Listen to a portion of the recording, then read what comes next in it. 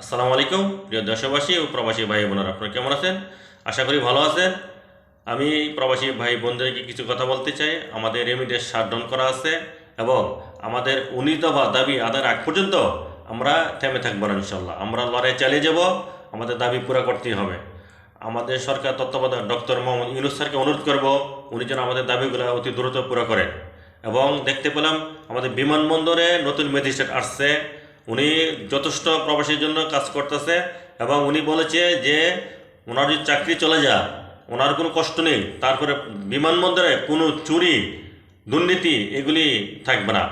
উনি যতদিন ইনশাল্লাহ এখানে চাকরি করবে, প্রবাসীদের মনে উনি জায়গা করে নিয়েছে, ওনাকে আমরা স্যালুট করি। ইনশাল্লাহ আমরা সকল প্রবাসী ওনার জন্য দোয়া করি। আমাদের প্রবাসী পক্ষে কাজ করছে আলহামদুলিল্লাহ। এবং সকল প্রবাসী ভাইয়েরা ঐক্যজোট হইয়া ইনশাল্লাহ প্রতিবাদ করুন। আমাদের দাবি অতি দ্রুত পুরা করতেই হবে ইনশাল্লাহ।